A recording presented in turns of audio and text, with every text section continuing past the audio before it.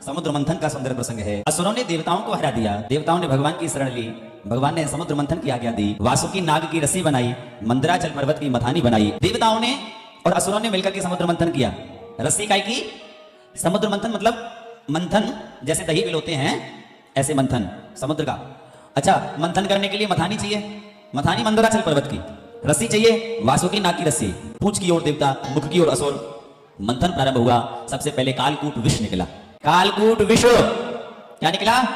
जहर निकला। भगवान शंकर को दिया गया, भगवान शंकर ने उसका पान किया। समाज के कल्याण के लिए भगवान के जो भक्त होते हैं ना, वो जहर पीने को भी तैयार हो जाते हैं। और भगवान शंकर तो वैष्णवानाम यथा शंभु, वैष्णवों में अग्रगण्य है, परम भक्त हैं, महाभागवत हैं भगवान शंकर। जहर पिया।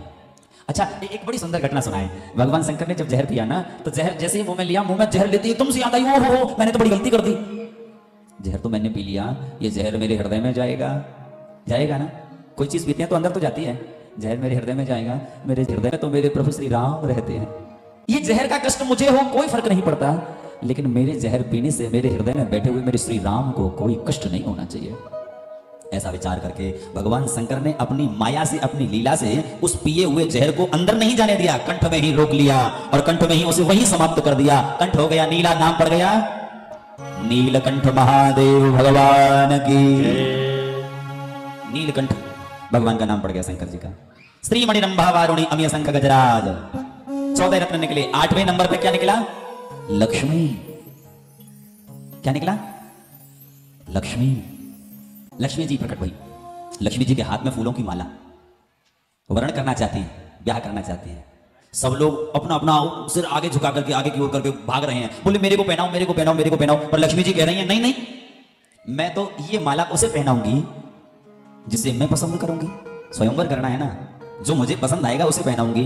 दूर कोने में बैठे हुए भगवान नारायण चुप मस्तक झुकाए बैठे हैं, उन्हें कोई लेना देना नहीं। भगवान नारायण को जरूरत है क्या लक्ष्मी की? उनकी तो वैसे ही पैदाइशी अपनी संपत्ति है, घर की है, जाएगी कहां? हमारी पास आएगी, अपनी पत्नी है। चुप बैठे हैं।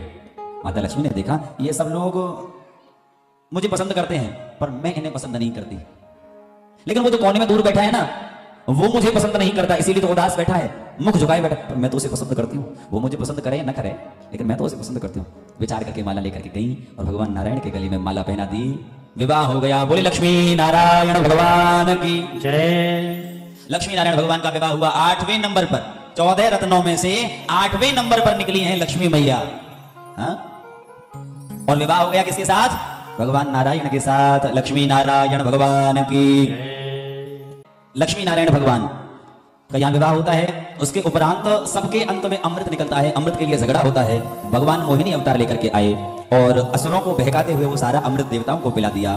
देवता उस अमृत को पीकर के बलवान हो गए, उनकी शक्ति बढ़ गई। एक असुर भगवान की इस लीला को, इस माया को, इस छल को जान गया और उसने माया से अपना भेष बदल करके देवताओं की पंक्ति में बैठ गया, जिसका नाम था वीरभानु। क्या नाम था? वीरभानु। सूर्य और चंद्र उसके इस छल को जान गए, भगवान को इशारा किया, भगवान ने अमृत तो पिला दिया और उसने अमृत पी लिया, जिसके कारण वो अमर हो गया। पर बाद में भगवान ने सुदर्शन चक्र छोड़ा, उस वीरभानु असुर के शरीर के 2 हिस्से हो गए, सर अलग धड़ अलग। अमृत पीने के कारण दोनों ही जीवित रहे और वर्तमान समय में उन्हें राहु केतु नाम से जाना जाता है। अमृत पिया इसलिए देवताओं की श्रेणी में उन्हें जोड़ दिया गया, नवग्रहों में। यह समुद्र मंथन की सुंदर कथा रही।